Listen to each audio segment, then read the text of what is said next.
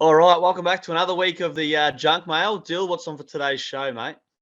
Well, we've got some more brilliance from Georgie in the middle with some NFL content. We've got a nice Facebook cringe memory. It's seasonal. We're covering a bit of cricket in that one. I'm gonna kick off with a bit of a dummy spit. Sean Murphy, superstar in the snooker game.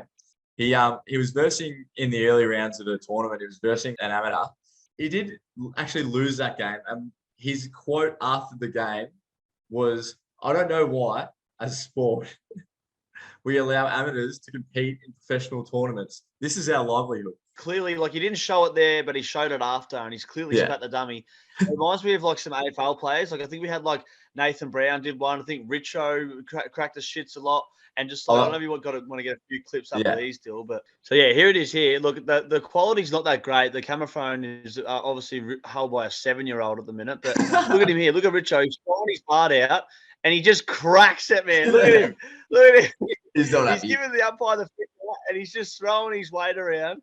Mate, Richo was a nut job. He's actually real calm and normal now. You see him on TV, and he's really nice, and he's everyone's sweetheart. But you remember Richo as a player, man? He was a nut job. Did you see his face then? He's like, fuck it. I don't reckon that's the best dummy spit I've seen in sport, though. And I think that you know exactly what I'm talking about. But it's obviously Will Ferrell. Will Ferrell in semi-pro is the ultimate dummy spit. No, 1.5 steps. Come on, Jackie, you walk. Suck my cock. I'll murder your family. You're gone, Jackie Moon. And Jackie Moon is ejected from the game. What did I say? You said that's my seat.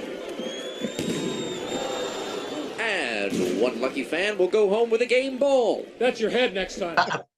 Mate, I think saying S my C in any situation is always fucking funny. It's the funniest thing you can do ever.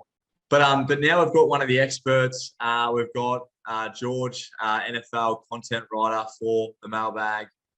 What's he got for us this week? Well, we're about to find out. Thanks so much for last week. I'm sure a couple of them got up in the end. What was the results of the tips that you gave us last week, mate? Yeah, the junk mail tips actually went all right. I think we ended up going 6 out of 8 on that Friday. But the Saturday stuff, no good. I'm coming last in our comp. Dicko's he's still ahead. It's embarrassing, but this week's the week. We'll catch him up. I mean, Matty Punts, I think he had a good week, 4-1, so I think he's back in the winner's circle, and I think they might be drawing or close. Yeah, I think they're drawing. So beautiful. Bit of work to do. We've got first up Friday game, lunchtime. We've got Saints versus Cowboys. What have you got there for us, mate? So Dallas have got COVID. Their coach has got COVID. There's 10 people in their team have COVID. So it's who knows what's going to happen. The Saints are so injured, it's not funny. Dallas have been pretty bad recently, been playing pretty shit. So I reckon the under, I haven't looked at the line, and it's probably going to move, but I can just see it being an awful game, no scoring, low. So lean to the under early on that one, but it could change. Watch the COVID situation there because crazy. Yeah. And obviously, most of the other games of the week are all Mondays, pretty much. What have you got for us in that set of games there, mate? So just had a bit of an early look at those Monday games, and again, it's this time of the season. One with injuries is everyone's getting so many injuries, and COVID's going through everywhere. So it's pretty hard to this early on give something concrete, but there is one trend that I think it's a 30-year first or something that the underdog is hitting at 58%. And if it finished that way on the season, that would be the highest rate that they've hit in 30 years. So this week there is 5 or 6 home favourites that are favoured by close to double digits or more, which generally scares the life out of me. Because the underdogs are just going to come for it. Vikings at Detroit, Cardinals at Bears, Bucks at Falcons, Colts at the Texans, and the Rams at the Jags. So that's just a little thing to watch out for, punters. Underdogs are hitting at a record rate this year. Plenty of big underdogs this week. So keep an eye out for those. Maybe a little bit of an edge there. So do you reckon go with maybe a kiss of death type setup with your tipping this week? Yeah, it could be that way. Yeah, I mean, double digits is a lot of points in the NFL generally. Like, yeah, there's some can be really smelly shit teams, and they generally should get beaten easily. But anything can happen. COVID, injuries makes such a difference. But yeah, a couple of kiss of death, big underdogs, take them on at your peril. And obviously, dual passport, came over to the country when you were 2 from England. What have you got to say for the Ashes campaign? I know that you're a bit of a cricketer yourself, mate. Yeah. Not that anyone would know anymore. I completely lost my accent. I put that down to bullying in year 6 at school. But anyway, we forget about that. Dual passport holder. So everyone wants to give me shit because I'd like to tend to go for whoever's winning. But I don't know. I reckon England are going to be pretty up against it this time around. I mean, they've not been good in Australia for a while. And when they have been good, it's when they've had like proper top class batsmen at the top of the order, like the Strausses and the Cooks of the world. England top order is pretty awful at the moment and pretty unsettled. Like Paddy Cummins and Josh Hazlewood, like they're just going to tear them up, I reckon. Yeah. The only thing that I was looking at before is that England have played like something like 12 or 13, maybe even more test matches already this year. And Australia have played almost none. Which could be reading into it a bit much, but like, you know, there's been no lead-in tests, there's been no practice. Like for a lot of the blokes coming back from the World T20, like not a lot of red ball cricket. So there may be something to have there. And obviously in Brisbane, it's pissing down rain at the moment. Yeah. Who knows if the first test is going to get away. Obviously Anderson abroad for England, class, but probably needed to swing and do a bit in Australia. I reckon Australian bowling attack's just going to be too good for the Ponds, especially the top order. And it could be grim. England will probably sneak one here and there, but Aussies would probably be too good. But how good would it be? Because Mark McGowan bloke in Perth won't let them in for the 5th test. Could be getting a day-nighter to decide the series in Melbourne, which would be incredible.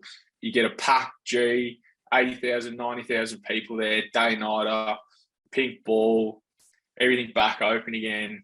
Yeah. Percy Beams bar for anyone that's been there. Load up, Schooner Express, all the way through. Be an absolute spectacle. But no, we'll see what happens with that. But yeah, I reckon Aussies win pretty comfortably. Be interesting to see how we go with Paddy Cummins, the bowler, as a captain as well, I reckon. Yeah, beautiful. Great little summation there, mate. But thanks again. We'll see you on the next episode of the Junk Mail. Thanks, boys. Thanks for having me again. All the best. And thanks for that, Georgie. Now we're moving on to my favourite segment, mate. That's Facebook Cringeworthy Memories. This one's from yourself still. This is 12 years ago. Get a photo up of this one, mate.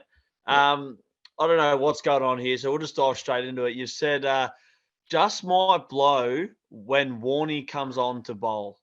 Now, there's I've got a few questions with this one. First off, the way you spelt when is fucking hilarious. Like, I know. I think so funny. I must have been very excited at the time. I just quickly was just a speed typing just to try and get the status out there before I obviously. Yeah, I'm gonna hurry up and blow. Oh, I'm gonna blow everywhere. Ooh, I don't know who says blow, which is fucking also so fucking funny.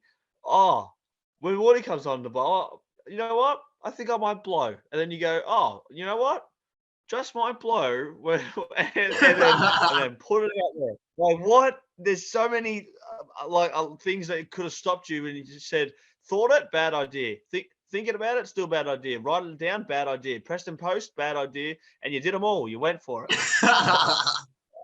Well, personally, I'm starting to think like I'm shaping up with the storyline. I'm like, all right, November 22nd, 2009. I'm thinking like big moment, big test match or something like that of that nature. Warney's obviously, he's coming on a first change. Like he's going to rip this game apart. And that's why that I'm so excited about it. And I've actually looked up the stats. The game at the time that was being played was Australia versus West Indies. It was a Brisbane test, the 26th of November, which you're like, 26th of November, this status was on the 22nd of November. What is going on here? I then look further into it and go, hang on. You're really diving into this. I've dived deeper. And we've got the number one spinner in the team at the time was not Shane Warne. In fact, it was actually Nathan Horace, who took 3 for 17 in the first innings, and he took 2 for 40 in the second innings. So not a bad return for Nathan Horace, which is didn't spend a lot of time in the Australian team. So I'm like, where have I come up with this status? I've built up this whole thing in my mind of this huge test match. And then I've gone and realised it was actually just Warnie playing at BBL 09 for the Stars. So obviously super horned up to see Warnie in green. Super horned up is fucking an unreal thing to say out loud. That's so fun.